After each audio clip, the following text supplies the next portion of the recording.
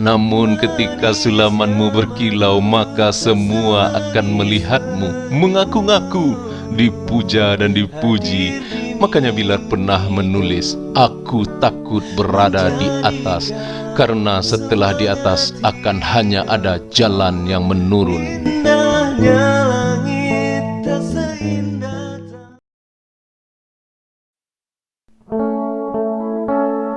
28 Juli 2014 yang silam, Lebaran pertama bagi Bilar di perantauan.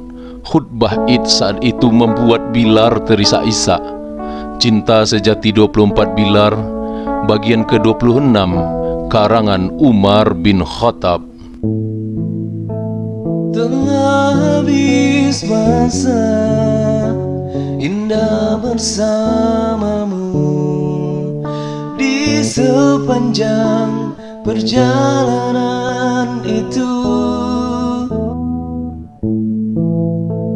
Tak bisa ku ulang, kembalikan semua yang pernah ku lukis bersamamu. Seteguk air yang jatuh masuk ke dalam tenggorokan mengalir deras dalam perjuangan hidup indah yang sesekali terbentur dengan bebatuan kehidupan dan dapat mengokohkan untaian tali kehidupan yang silih berganti datang dan pergi. Aku melihat rona senja itu laksana pipi yang memerah dengan indahnya lantunan azan setelah beduk panjang bertabuh silih berganti. Burung-burung beriring pulang ke sarangnya seakan melukis wajah langit nan cantik, berseri dengan lambaian angin senja menyapa wajah halusku ketika itu. Hati terasa bergemuruh dengan nafas seakan berpacu. Lihatlah burung itu menari-nari indah pulang beriring dengan segerombolan keluarganya, canda dan tawa. Namun lihatlah aku sendirian, tiada kawan, orang tua jauh, sanak saudara entah di mana, berkawan sepi berselimut air mata. Ingin rasanya menangis namun air mata telah habis berurai. Yang ada hanya lantunan azan sebagai temanku dan sajadah sandaranku. Tak pernah lelah kaki untuk melangkah menemui panggilan yang maha kuasa, mengangkat tangan dan bertakbir. Kututup dengan doa dengan linangan air mata. Aku sangat ingat waktu itu Ramadan terakhir 2014. Semua orang bertakbir namun aku menangis. Ramadan terakhir 2014, Bilar sangat ingat maghrib itu. Setelah serangkaian ibadah solat maghrib dilangsungkan, maka ditutup dengan doa. Namun kali itu hanya dilangsungkan dengan takbir yang berkumandang dari suara merdu sang imam yang mengimami Bilar di maghrib itu. Semua orang bertakbir dengan hati gembira di saat itu, namun tidak dengan Bilar. Hatinya terasa gundah, bergemuruh dan semakin bergemuruh.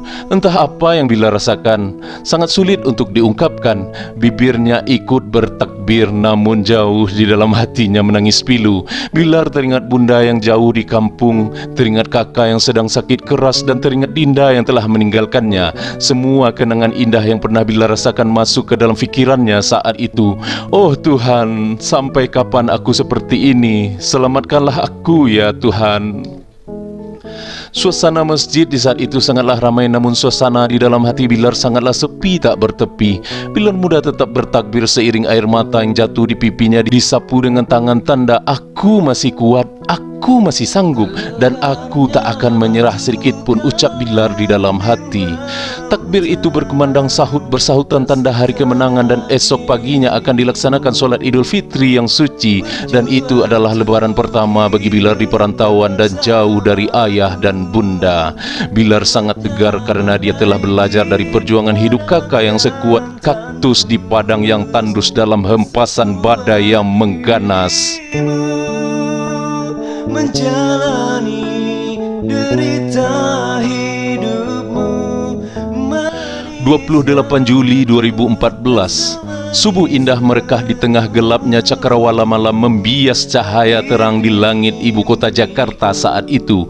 Kumandang takbir, tahmid dan tahlil indah terasa ke dalam relung hati manusia yang mendengar. Itulah subuh terindah menyambut lebaran 2014 ketika itu. Bilar telah bangun sebelum subuh, bahkan sudah mengatamkan satu surat as-sajadah di subuh itu. Perasaannya sangat tenang, menunggu pagi yang indah akan segera datang. Bilar bersalawat sambil menulis beberapa catatan catatan harian di buku baru catatan Bilar. 2 hari sebelum lebaran memang Bilar telah diberi cuti dari home production tempat ia bekerja. Gaji yang diberikan sangat cukup lumayan untuk Bilar bertahan hidup sampai masa cuti di home production itu habis. Ada 1 minggu lamanya masa cuti itu dan Bilar menghabiskan masa itu sendirian. Bilar hendak menelpon bunda namun HP Bilar terbawa oleh kakak ketika berpisah di bandara saat itu. Bukan HP saja namun buku catatan harian Bilar pun ikut terbawa. Sekarang Bilar hanya menunggu Beni agensi kembali datang ke kosannya dan Bilar hendak meminta kembali nomor HP bunda dan keluarganya. Namun hari itu adalah awal lebaran, sudah pasti Beni agensi tidak datang.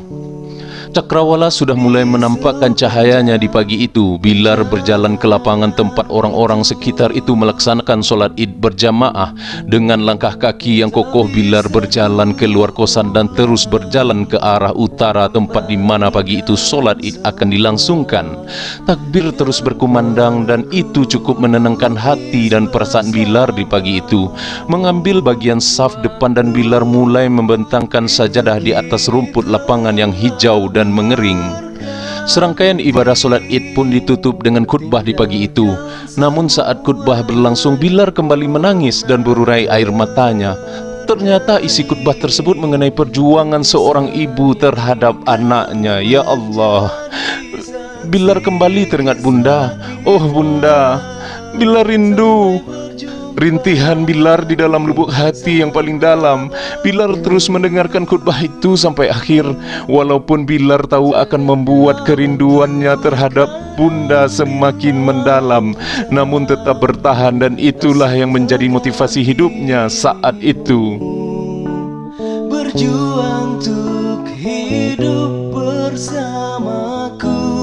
Solat id telah selesai, Bilar berjalan pulang ke kosannya. Sajadah yang sedikit kotor dengan tanah dan debu Bilar bersihkan seiring langkah kaki yang Bilar hentakkan berjalan pulang menuju kosan. Melihat kiri dan kanan, orang-orang berjabatan tangan saling meminta maaf.